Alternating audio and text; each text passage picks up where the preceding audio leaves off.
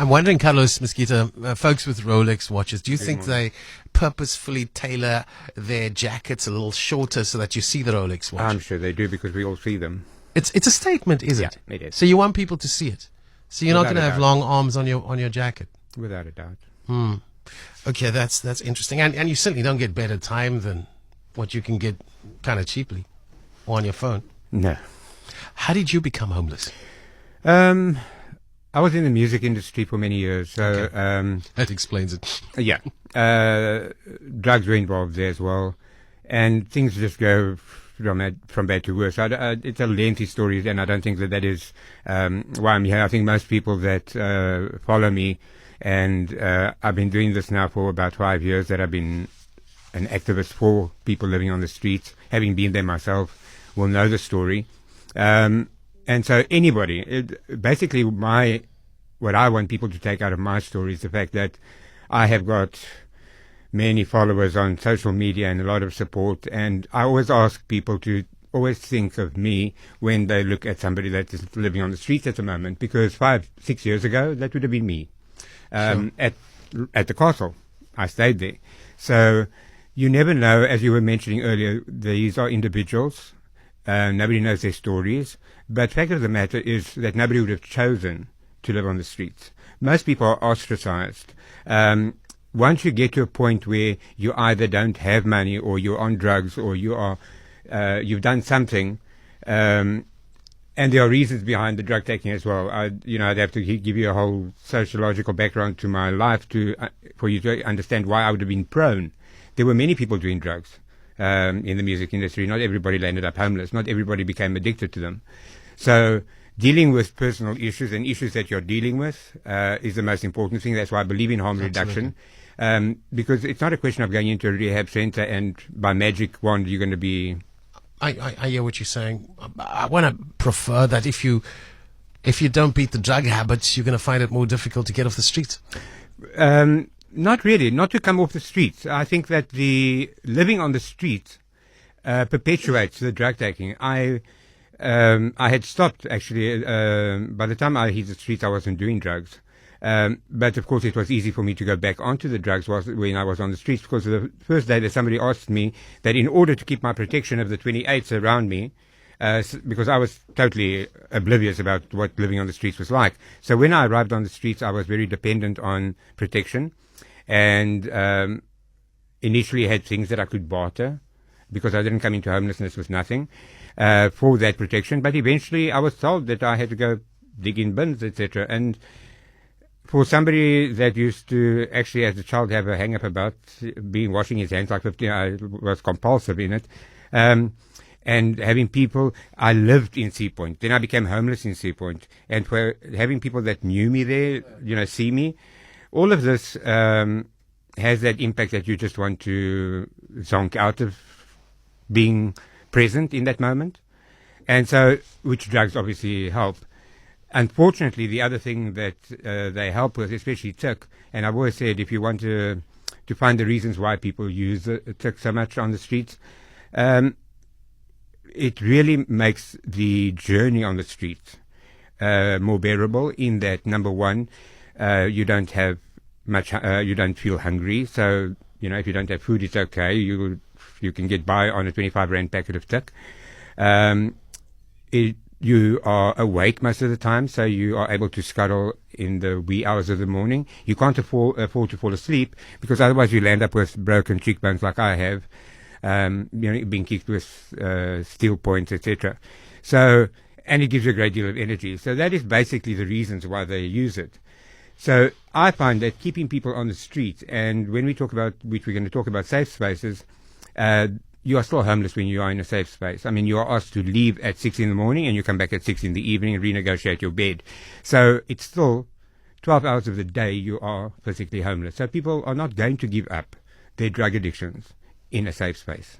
I mean, you maybe even alerting us to the fact that there's some hierarchical kind of structure on the streets, that there are numbers of rules on the streets. Without a doubt. That your safety is It's nearly guaranteed on the streets by buying into the structures. Oh, you see, the thing is that everybody, not only, politicians use it. I think politicians actually don't want to get to fix homelessness because, it serves a purpose.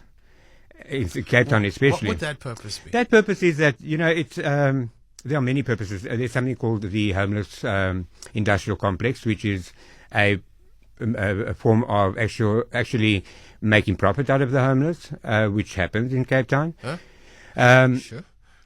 It does. Let's take the programs that we offer at our safe spaces, etc., EPWP, the PEP project, etc. These all look to the general public as if these are upliftment and empowerment projects. These are projects that are funded by the national government, that is given to the city to then administer, etc. And it's basically cheap labor for jobs that the city is not employing full-time permanent members of staff for, with benefits, etc. There are, if you look at every single one of those departments, has got those open vacancies, thousands of them. Yet we put people on 3-month contracts.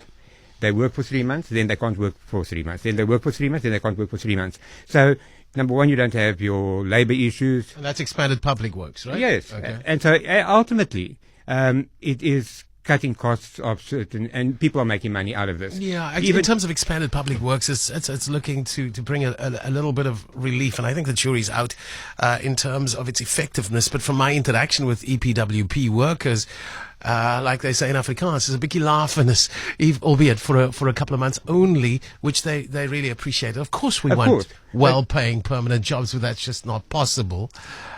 I want to just understand a little more so about this protection that you are offered on the streets by people who live on the streets. How does that work? Well, basically, like I said, like politicians, the criminal element has known for a long time that the homeless are a source of protection. It gives them... Now, you said you must pay the 28s to be safe on the streets. What for sure, in real but terms? it helps the 28s to be amongst the homeless, you see, because if the homeless infiltrate a safe space, or they infiltrate a shelter, or even on the streets, they are protected, number one, by the anonymous. They become anonymous, basically. They're just homeless people. So you don't see the police going in with their morph and touch into the safe space, which they should be doing, or on the streets to find out who the criminal element is. They live there through anonymity. And anything you make, you are paying tax on to the person on the street. And the gangs actually work together to threaten you. If you, for example, I did. So the criminal element, they are also street people, or they are also homeless? Most of them aren't. Most of them aren't, okay. Most of them aren't, and come onto the streets in order to do their crime. Okay, and they offer you their protection? Yeah. In return for, again? Sorry? In return for? Because you have nothing. You've got nothing just to say. in order to be safe. So in order for you to be safe, and I had a stall, for example, on the parade where I used to sell goods every day, and in order to have my stock protected so that it doesn't disappear overnight, they get a percentage of the takings that I took on the parade. So this happens. Of your begging? No, of what I sold on the parade, because I had a stall on the parade, a second hand. I got you. But if you take, for example, the guys that sell items on the station, the guys that do car guarding in Long Street, these are all taxed not by gangsters, but actually by CCID members and PROSA security guards. Each one of those car guards pays to stand in that area at night. Fascinating. So taxes accumulating to various tax collectors. Yeah. Okay. Safe spaces. Yeah. So you buying safety from the criminals on the streets. Where do you expect? Who do you expect? Whose responsibility is it to keep you as a homeless person safe on the streets of Cape Town? Well, although the idea has always been put forward that it's the provincial government that does the funding and they should be ensuring that we have got enough shelters, etc. The city put itself in that position by opening the safe spaces, and they have themselves admitted some kind of responsibility in terms of ensuring that people living on the streets, or they say that this initiative of safe spaces is there for the benefit and the well-being of those living on the streets. Now, I have lived in a safe space 2 at Kulenburg, let me be very honest here about what the difference is. That was the safe space that came into being when we, as homeless people, took the city of Cape Town to court in Strandfontein and demanded that they keep us accommodated after Strandfontein when they were going to throw us back onto the streets. You never had an option. You had to go to Strandfontein. There was no option. We were hoarded in like cattle. But in Strandfontein, a group of us actually formed a committee, and because of the conditions in Strandfontein, 6 weeks later they decided to close Strandfontein, and they were busing people out onto the streets. Yeah. Hence the fact that the tent city started was because the city had opened up the gates and put out 2,000 people onto the streets. So you didn't come from Strandfontein into another such facility. That was the demand we made as a group. And there wasn't that any. Group was for 180 people. And so that safe space was built according to specifications and is obviously the flagship. Which one is this now? Kulenburg 2. Well, it's Kulenburg 2 that found its way into the newspaper. No. That's Kulenburg 1. Okay. Kulenburg 2 was built to specifications. It's got the fabricated units where people stay on bunk beds, etc. Safe Space 1 that was in the newspapers is what safe spaces are about. It was started in 2017, if I'm not mistaken. You've got wooden pellets, which are your bed, and you are under the bridge, and they've got a corrugated sheet of metal as cover and 4 poles, and that if it rains, as did this weekend, then everything is soaked. People are soaked, their clothing is soaked, their bedding is soaked. The conditions at Safe Space 1, Belleville Safe Space, the Paint City, are horrendous. So under who runs those safe spaces? The safe spaces, the service provider is an organization called MatDoc, that has been investigated a number of times for all sorts of things, and yet they have again, without a process which has been totally done under the table again, the new safe space that's supposed to be opening up in Greenpoint has again been awarded to Matlock. You're not happy with Matlock? Not at all. I Why think aren't the you Human happy Rights with Commission Matlock? has investigated. And then maybe we must give them the right to respond. I think that should be a good idea. I would like to know how the city judges Matlock. There's never been a service provider that has had so many complaints laid against him, investigations with regards to rapes happening at the centres. I mean, we've got picture evidence of the food, what it looks like. At one stage, Lorenzo Davids went in there, filmed how they put people in cages to punish them if they came back drunk. Like whether it's raining, sun, they would actually lock you. Your choice was go into the cage or go back out onto the streets. And now we've got the situation where the city has been granted a court order to evict people on the streets, 124 people on the streets in 7 hotspots, and the accommodation provided is at Kulenburg Safe Space 1. Now, number one, the capacity is already at, I think the capacity is 230 people at Safe Space 1. They are close to 300 at the moment. So what the city did, which this hasn't been made public either, is that the female residents are over the age of 60, as well as those that have been there for over 6 months, have been given notice that they either willingly move to safe space in Belleville, the Paint City, or they go back to the streets because they have to make space for the 124 and be compliant with what the court order has stipulated. And so what are you doing when you are evicting people onto the streets in order to bring people back into the safe spaces? So don't tell me that these evictions are about the well-being of the homeless. It's not. Okay. A lot of successful evictions have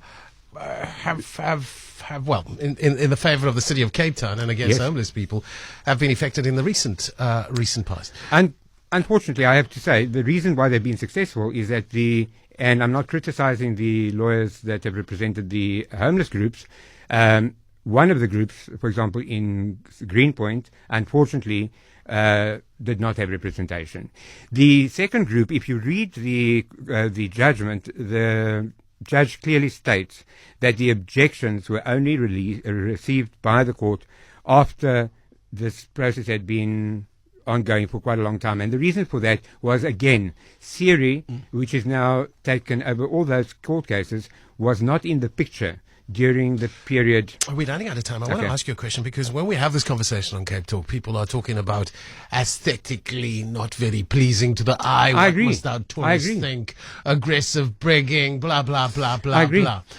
How would you respond to what I think are I- fair kind of I fully criticisms? agree. I am one of the people that hates the tent cities, these encampments. But we have to take into consideration they are unserviced, they are unmanaged, they are basically everywhere. Yeah. The city has to realize we have got in the CBD 7,000 to 8,000 people living on the streets. They cannot accommodate them all in safe spaces, and we've made the suggestion to the mayor, get an area where you are able to accommodate, even if it's in tents at the moment, but move them into a space where you offer services. So I also hear that people don't necessarily want to move into the safe spaces.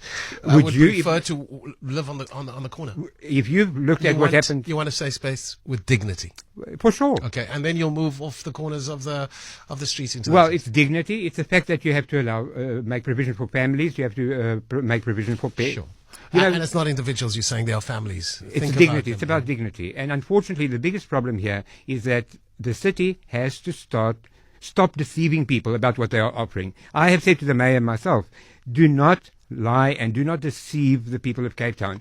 There's no shame in admitting that this is the situation we have at the moment. We have no capacity to cope with it. Please give us some time to find. We'll work with whoever needs to be worked with. But don't tell us that everything is hunky-dory when under the table nothing It's is not. hunky-dory.